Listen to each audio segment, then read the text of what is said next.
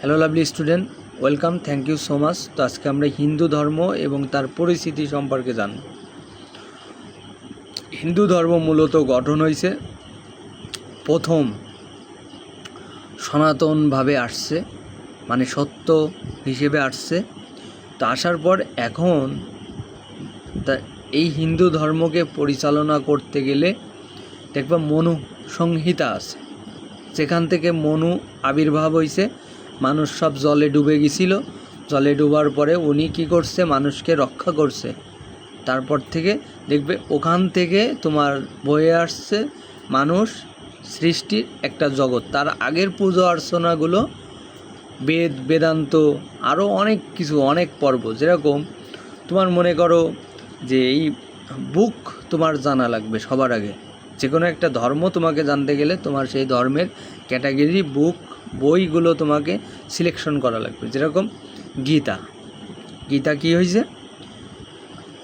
অবতীর্ণ হয়েছে, শ্রীকৃষ্ণ অবতীর্ণ করছে কার কাছে? অর্জুনের কাছে। হ্যাঁ, অর্জুন সেটা কি করছে, গোটা পৃথিবীতে পৌঁছে দিচ্ছে।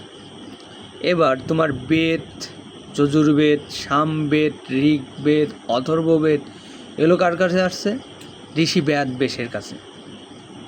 ঋষিও কি করছে, আরও অনেক পুরোহিত মিলে, ঋষি মিলে সব মানুষের কাছে দিয়ে দিয়েছে। অনেকে ভাবে যে ঋষি ব্যাদ বেশ মনে হয় ভগবান, না, অনেকে এটা চিন্তা করে।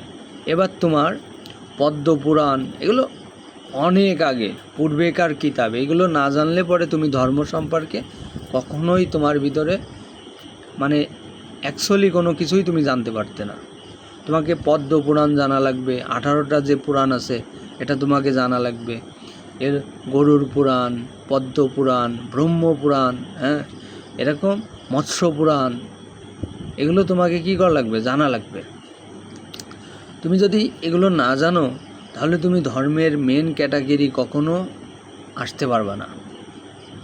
মানে মেন ক্যাটাগরিতে তোমাকে ধর্ম সম্পর্কে বুঝতে গেলে, জানতে গেলে সবার আগে তোমাকে বুক চেনা লাগবে। তো প্রত্যেকটা ধর্মের মনে করো এক একটা বুক আছে। বুকগুলো তুমি যদি সিলেকশন না করতে পারো, বুকগুলোকে যদি তুমি সোজাভাবে না পড়তে পারো, সেগুলো পড়ে যদি শেষ না করতে পারো, তাহলে ধর্ম সম্পর্কে তুমি মানুষকে কখনোই কোনোভাবেই পর্যালোচনা করতে পারবা না। তো এই বুকগুলো, যতগুলো বুক দেখতেছো, যতগুলো বই দেখতেছো, তোমাকে যত কিছুর ভিতরে নিয়ে যাক না কেন, মেন থিওরি হচ্ছে যে কৃষ্ণ ছাড়া, ভগবান কৃষ্ণ ছাড়া, নারায়ণ ছাড়া আমাদের কোনোভাবে কোনো রক্ষা পথ, কোনো কিছুই কোনোভাবেই থাকবে না। তো আমাদের এই পথটাকে সুন্দরভাবে পেতে গেলে কী করা লাগবে, আমাদের বুক চেনা লাগবে, বই চেনা লাগবে। যদি তুমি বই না চেনো, গ্রন্থ যদি না চেনো, তুমি কখনো কিছু করতে পারবে না। মনে করো তোমার একটা ভাষা বাংলা, তুমি যদি এখন সাংস্কৃতিক নিয়ে চলাফেরা করো, লাফালাফি করো, গীতা লেখা আছে সংস্কৃতিতে, তুমি ফুল দিচ্ছ, তুমি জল দিচ্ছ, দিয়ে তাকে কী করতেছো, প্রতিদিন আরাধনা করতেছো, কিন্তু নিজে কখনো পড়ো না, তোমার ভাষায়ও কোনো দিন পড়োনি, তুমি কিছুই জানো না। তাহলে তুমি জ্ঞানযোগ্য, জ্ঞান ও বিজ্ঞানযোগ্য, হ্যাঁ, কর্মযোগ্য, অর্জুন বিষাণযোগ্য, তুমি কেমনে বুঝবা এগুলো? তুমি জানবা কীভাবে?